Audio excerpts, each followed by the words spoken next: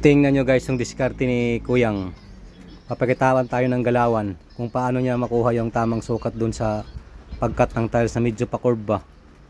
So ang gagamitin lang dito niya metro lang. Metro yung gagawin niyang guide para pagkuha dun ng tamang sukat sa pa-curve. Yan o. Metro at saka lapis. Pwede rin dyan stick, di ba? Para pag hagod mo pa ba hindi mapiko. Diba? Yung veteran's move.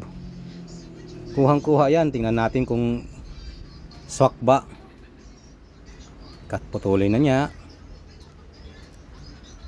Maraming gumagawa ng ganitong diskarte. Diba? Stick. Diretso lang. Yung mga babae nga, ganyan din mang diskartihan nila. Wow. Ganda oh. Panoorin natin guys yung paano didiskartihan yung pagkat ng tile sa bilog na poste. So gumawa pala siya ng kumuha pala siya ng karton.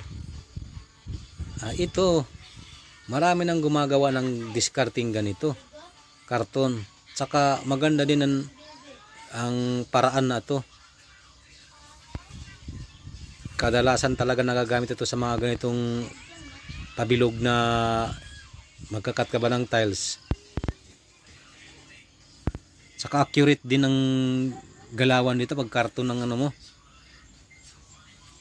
Tingnan natin kung mas tamang-tama ba yung kanyang pagkadali. Yun oh. Oh, okay kaayo. Panoorin nyo guys ang diskarte niya sa pagta-tiles. Gamit yung dry pack method. So una binasa niya muna ang ilalim na may, tapos ilagay niya yung masa, tapos ginamitan niya ng hagudan niya ng leveling bar. Ngayon siyempre ibabatiring niya yung tiles. Okay, di ba? Porcelain pa yung gamit niya. Ganito lang diskarte sa mag-dry pack sa ibang bansa. Di ba? Okay kayo.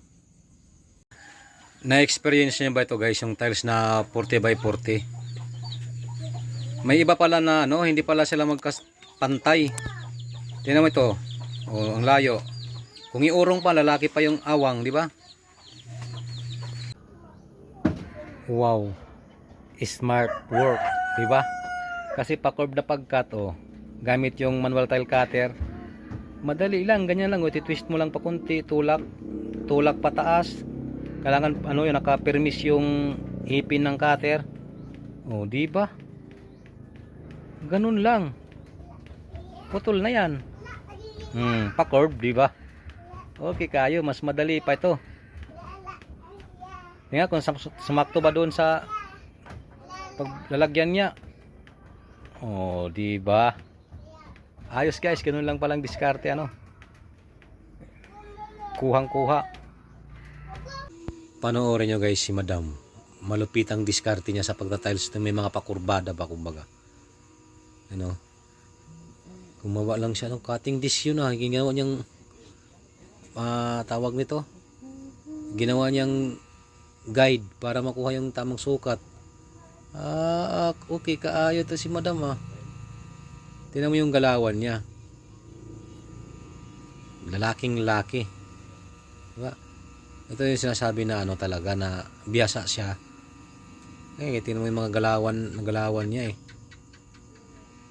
kumbaga madali lang sa kanya paghawak, paglatag. Kanang pang professional talaga. Diba? Kumusta kaya yung ating mga chicks Meron kaya mga kasing galing niya? Diba? Okay kayo. Nice.